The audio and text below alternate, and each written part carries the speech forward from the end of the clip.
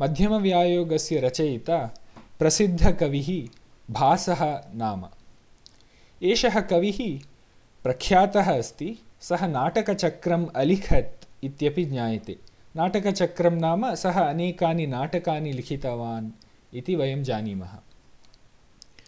एतस्य कवेः यशः तु बहुभिः स्तूयते। उदाहरणार्थं कालिदासः एव स्वीये मालविकाग्निमित्रे आदौ वदति, प्रथितयशसां भाससौमिल्लकविपुत्रादीनां प्रबन्धान् अतिक्रम्य इत्यादिकं। सः भासस्य उल्लेखं करोति तत्र। तथा एव बाणः अपि कादम्बर्यां भासस्य प्रशंसां करोति।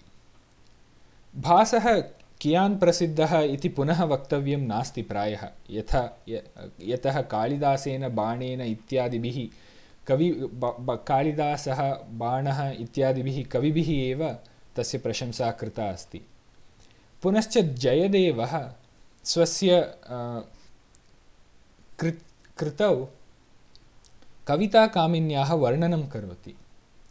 कविता या भवति सा काचित् सुन्दरी इव अस्ति, सा सर्वेषां मनोहरी भवति इति सः वर्णनं करोति। तस्याः भिन्नभिन्न अङ्गानां वर्णनं करोति। तत्र भासः तस्याः कविताकामिन्याः हासः इव अस्ति इति सः विवरणं करोति। तर्हि भासः प्रसिद्धः कविः इति तु सिद्धं। तस्य कृतीनाम् उल्लेखस्तु बहुत्र लभ्यन्ते।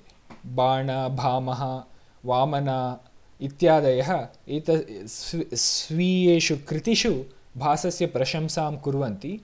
बहुत्र नाटकस्य विषये यदा चर्चा भवति, अलङ्कारस्य विषये यदा चर्चा भवति, भासस्य श्लोकाः, वाक्यानि च उदाहरणत्वेन उपयुक्तानि सन्ति। राजशेखरस्तु स्वीये काव्यमीमांसा इति कर्मणि सः वदति, भासेन स्वप्नवासवदत्तम् इति एकं नाटकं रचितम् इति सूचयति सः। तर्हि भासस्य प्रसिद्धिः तु सर्वैः अनुमन्यते। तेन अनेकानि नाटकानि लिखितानि इति अपि जानीमः। तेषु अन्यतमत् नाटकं स्वप्नवासवदत्तं चेति जानीमः। परन्तु एतानि नाटकानि न कुत्रापि प्राप्तानि बहुकालपर्यन्तं। तर्हि कथमद्य वयं भासस्य नाटकानि पठामः? तदर्थं किञ्चित् इतिहासः द्रष्टव्यः भवति। केरलेषु कूडियट्टम् इति प्रसिद्धा काचित् कला अस्ति, यस्याः एकं चित्रम् अत्र विकिपीडियातः उद्धृत्य अहं दर्शयामि। तत्र अनेकानि नाटकानि निरूप्यन्ते। 1290 वर्षे महामहोपाध्यायेन गणपतिशास्त्रिणा कूडियट्टं सम्बद्ध कानिचित् केचित् पाण्डुलिपिग्रन्थाः सञ्चीयन्ते स्म। तदा तेन एकः बन्धः प्राप्तः। 13 नाटकानां कश्चित् बन्धः इति मन्यताम्। तेषु 13 नाटकेषु कुत्रापि कवेः नाम नासीदेव। परन्तु तेषु अन्यतमत् स्वप्नवासवदत्तम् इति एकं नाटकमासीत्। राजशेखरेण तु स्वप्नवासवदत्तं भासरचितम् इति सूचितमासीत्। तर्हि एतत् स्वप्नवासवदत्तं भासरचितं स्यात् इति ऊहा कृता। अनन्तरम् एतेषां 13 नाटकानां परिशीलनेन तेषां शैल्याः साम्यं दृष्ट्वा एतानि सर्वाणि अपि भासरचितानि इति महामहोपाध्यायेन प्रकाशितानि। एतस्य अनन्तरं प्रायः कश्चन विवादः समुत्पन्नः। केचित् एतानि भासेन रचितानि इति अङ्गीकुर्वन्ति। केचित् तु भासेन प्रायः रचितानि परन्तु केरलकविभिः परिष्कृतानि स्युः इति मन्यन्ते। केचित् तु पुनः एतानि सर्वाणि तु भासरचितानि न इति मन्यन्ते। एवं बहुधा विवादाः प्रावर्तन्त। परन्तु प्रायः अद्य बहुमतं नाम एतानि 13 नाटकानि भासेन रचितानि इत्येव। तानि कानि इत्युक्ते भासेन भिन्नभिन्नविषयान् अधिकृत्य नाटकानि रचितानि सन्ति। तदनुगुणम् अत्र सङ्गृह्णामि। महाभारतम् अधिकृत्य 6 नाटकानि रचितानि। पञ्चरात्रं, मध्यमव्यायोगः, दूतवाक्यं, दूतघटोत्कचं, कर्णभारम्, ऊरुभङ्गं चेति। रामायणम् अधिकृत्य 2 रूपके रचिते, प्रतिमानाटकम्, अभिषेकनाटकं चेति। भागवतम् अधिकृत्य बालचरितम् इति रचितं। बृहत्कथां लोककथाम् अधिकृत्य प्रतिज्ञायौगन्धरायणं, स्वप्नवासवदत्तम्, अविमारकं, दरिद्रचारुदत्तं चेति इमानि नाटकानि भासेन रचितानि इति अद्य मन्यन्ते। केचित्तु यज्ञफलम् इति अन्यत् एकं नाटकम् अपि भासेन लिखितम् इति मन्यन्ते। तद्भवतु नाम। तर्हि एतानि 13 नाटकानि तु भासेन रचितानि इति अनेकेषां मतमस्ति। एतेषु नाटकेषु भासस्य शैली का अस्ति, तस्य विशेषाः च के इत्युक्ते भासस्य शैली सरला, हृद्यङ्गमा च मनोहरी च अस्ति। अतः एव प्रायः जयदेवः कविताकामिन्याः हासः भासः इति विवृणोति। एतेषु नाटकेषु प्रायः वर्णनानाम् आधिक्यं न दृश्यते। कथावस्तुनः अनावश्यकविस्तारः अपि न भवति प्रायः।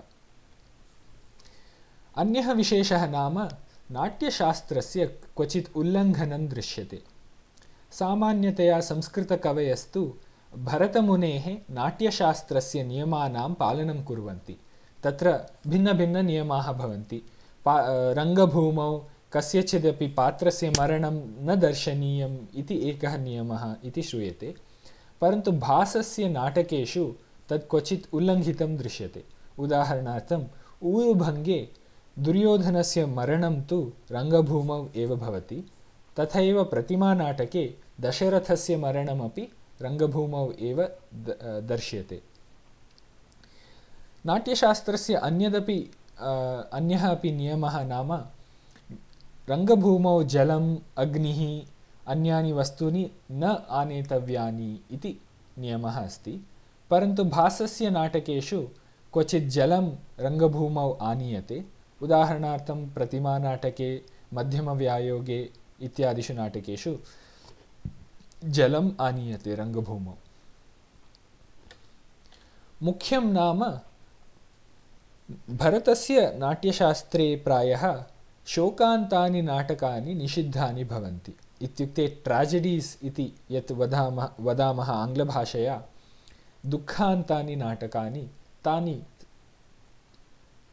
निषिद्धानि भवन्ति। अतः संस्कृतसाहित्ये तादृशानि नाटकानि विरलानि सन्ति। प्रायः संस्कृतसाहित्ये उपलब्धे प्रसिद्धे 2 शोकान्ते नाटके नाम कर्णभारम्, ऊरुभङ्गम् एव। एतद्दृष्ट्वा अनेके भासः प्रायः भरतमुनेः पूर्वम् आसीत् इति वदन्ति। परन्तु भासस्य जन्मस्थलं किं, कालः कः इत्यस्य विषये निश्चितरूपेण किमपि अधिकं न जानीमः। यतः बाणकालिदासादिभिः एषः स्तुतः अस्ति, एषः तेषां पूर्वम् आसीत् इति तु जानीमः। परन्तु कालिदासबाणादीनां कालनिर्णये एव महान् विवादः, क्लेशश्च अस्ति। तेषाम् आधारेण भासस्य कालनिर्धारणं तु कठिनमस्ति। अतः तत्र निश्चितं किमपि न ज्ञायते अद्य। तर्हि एतत् सर्वं ज्ञात्वा वयमिदानीं मध्यमव्यायोगस्य पठनार्थं सिद्धाः स्मः।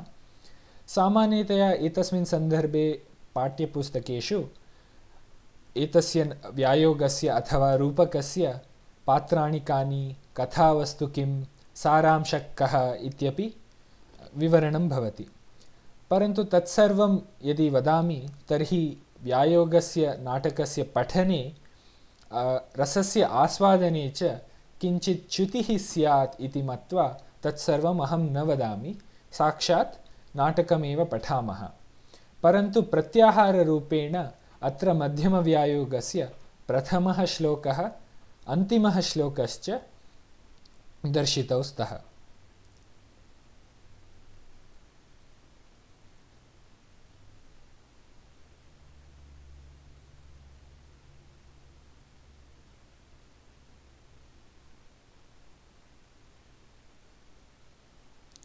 अस्तु, तर्हि इदानीं मध्यमव्यायोगं पठामः।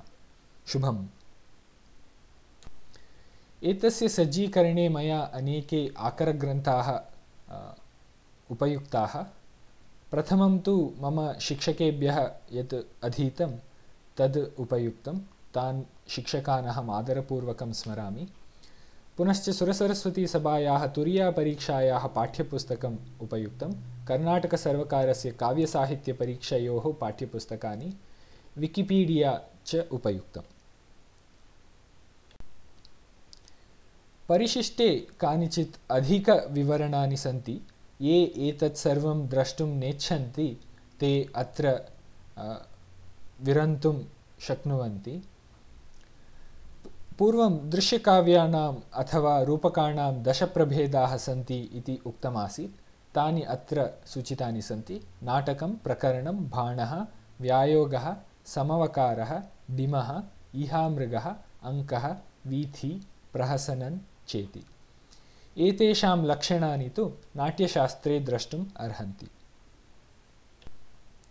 जयदेवस्य प्रसन्नराघवे कविताकामिन्याः वर्णनं बहु सुन्दरतया एवं कृतमस्ति। चिकुरनिकरः, कर्णपूरो मयूरः, भासो हासकविकुलगुरुः कालिदासो विलासः, हर्षो हर्षो हृदयवसति पञ्चबाणस्तु बाणः, केषां नैषा कथय कविता कामिनी कौतुकाय। अत्रैव भासः कविताकामिन्याः हासः इति वर्णितमस्ति। नाट्यशास्त्रे व्यायोगस्य लक्षणम् इत्थमस्ति। केवलं तत्र ज्ञानार्थम् अत्र लिखितमस्ति। एतद् विवरीतुं नेच्छामि। अधिकं जिज्ञासवः कृपया नाट्यशास्त्रं पश्यन्तु।